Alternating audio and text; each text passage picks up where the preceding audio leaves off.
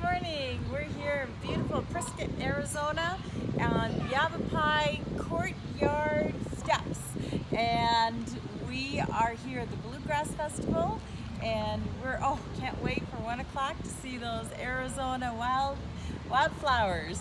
Great fiddlers, very successful fiddling group, and great family. And we have number 28. Whew. This is When Johnny Comes Marching Home. And it's E minor. Key of E minor. Ready? 1, 2, 3.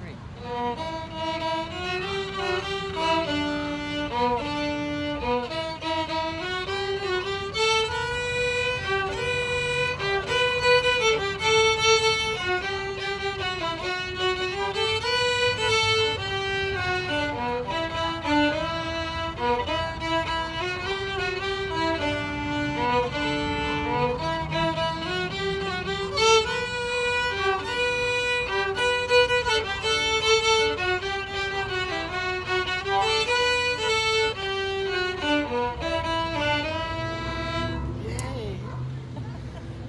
When Johnny Comes Marching Home, sometimes When Johnny Comes Marching Home Again, is a popular song from American Civil War that expressed people longing for the return of their friends and relatives who were fighting in the war. The American Civil War, also known by other names, was a civil war in the United States from 1861 to 1865, fought between northern states loyal to the Union and southern states that had seceded from the Union to form Confederate States of America. The Civil War began primarily as a result of a long-standing controversy. War broke out 1861 when secession forces attacked Fort Sumter in southern Carolina just over a month after Abraham Lincoln was inaugurated as the President of the United States. The Loyalists of the Union in the North, which also included some geographically western and southern states, proclaimed support for the Constitution. They faced secessionists of the Confederate States in the South who advocate for states' right to uphold slavery. I wanted to share this information to you because I was interested, and sometimes it's good for us to remember history.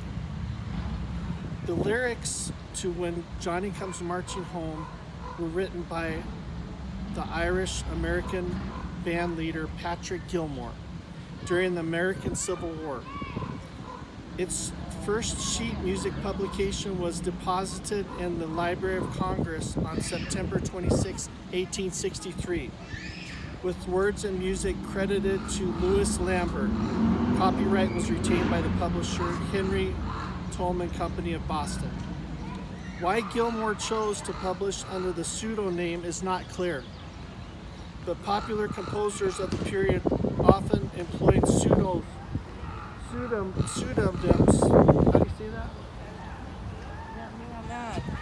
To add a touch of romantic mystery to their compositions.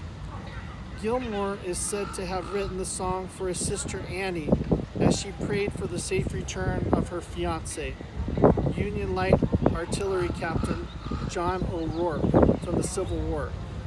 Although it is not clear if they were already engaged in 1863, as the two were not married until 1875.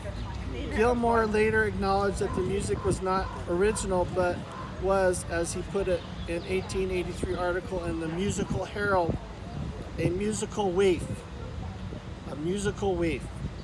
which I happened to hear somebody humming in the early days of the rebellion.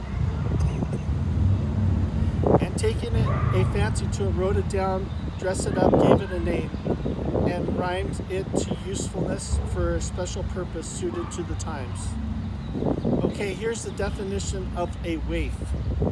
From Old French, stray beast is a living creature removed by hardship, loss, or other helpless circumstance from its original surroundings.